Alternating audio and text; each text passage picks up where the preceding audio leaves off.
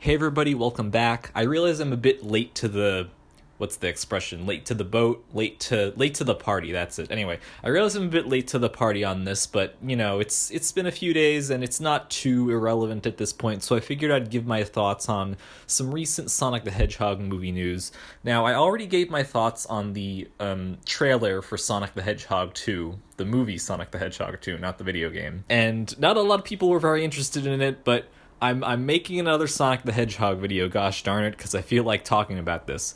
So recently, if you're not aware, they made an official announcement that Sonic the Hedgehog 3 has been confirmed, along with a Knuckles spin-off TV show.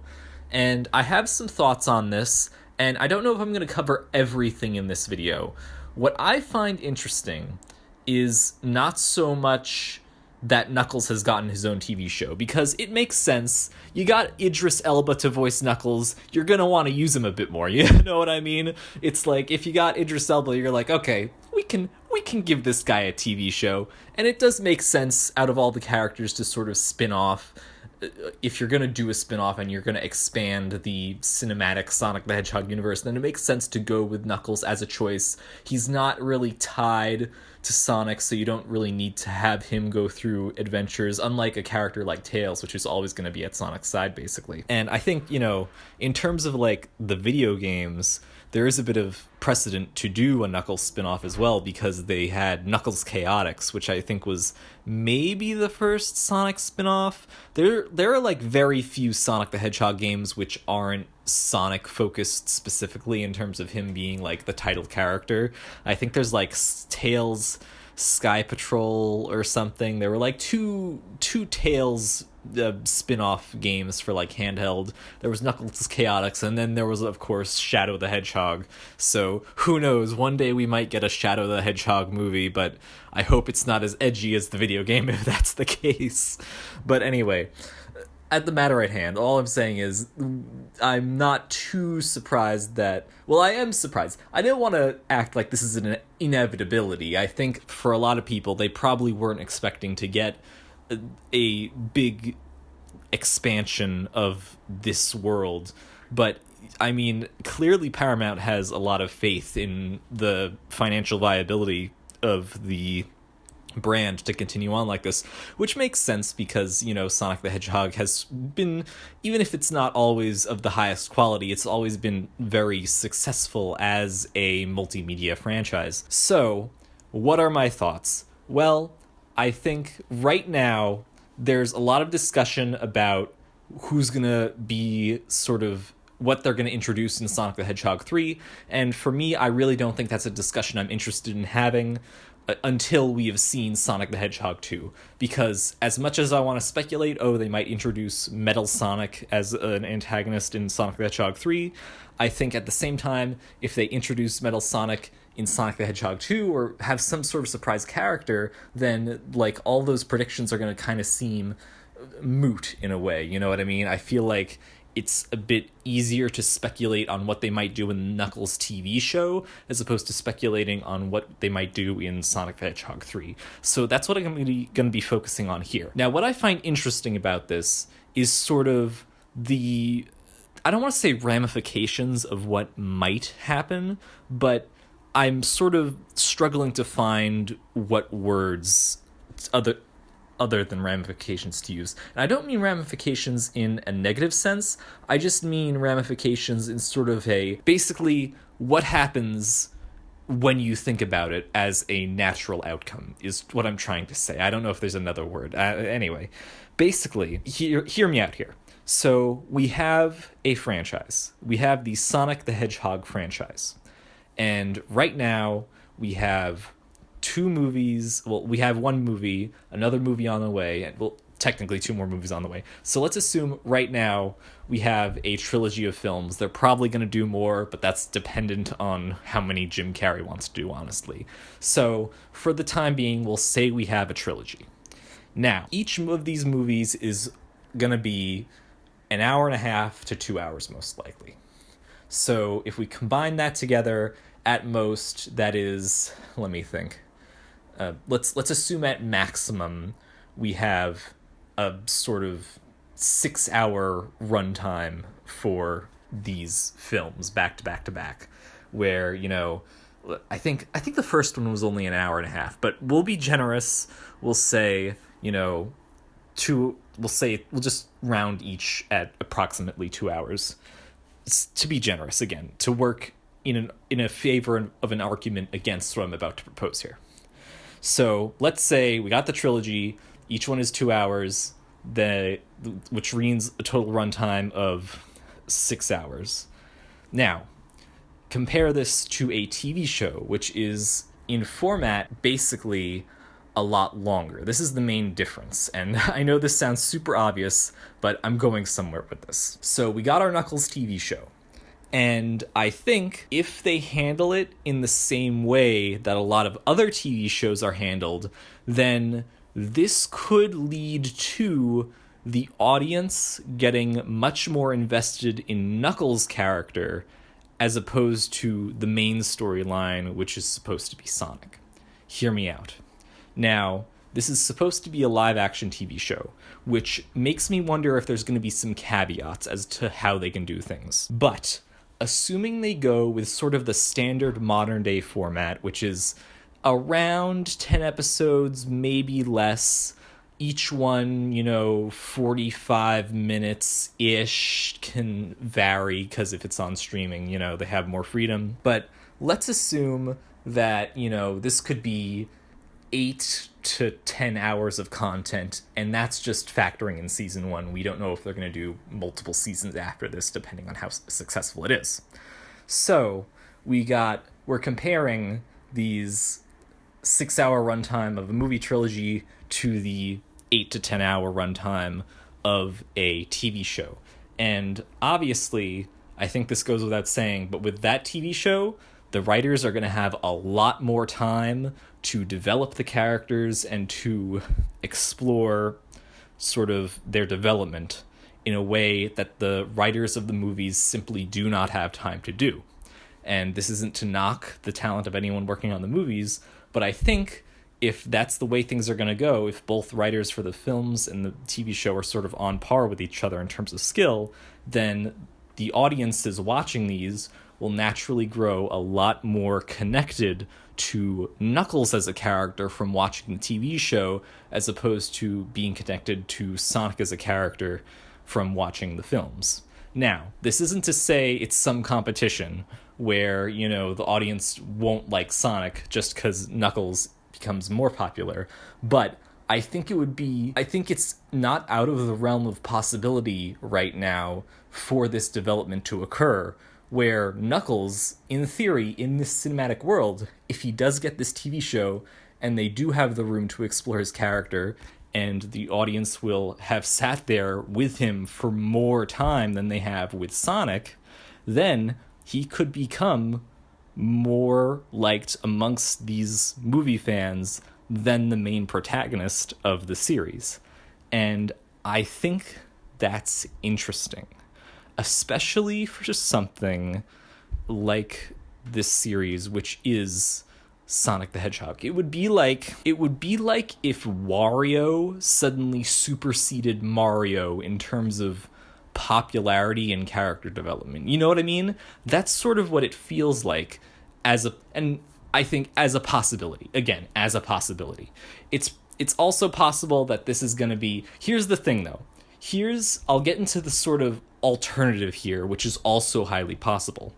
And that is because we have to take into account the cost of making this show. Now, they've said this is going to be live action, which means they're going to have to spend a lot of money on the CGI bringing Knuckles, the character, to life, because that is a fully CGI character. And, they'll have the assets and everything from Sonic the Hedgehog 2, but at the same time, it's much more difficult to animate a character for, a 10-episode season of a show than it is for a film, which is, an hour and a half to 2 hours. That's a lot more material you have to animate.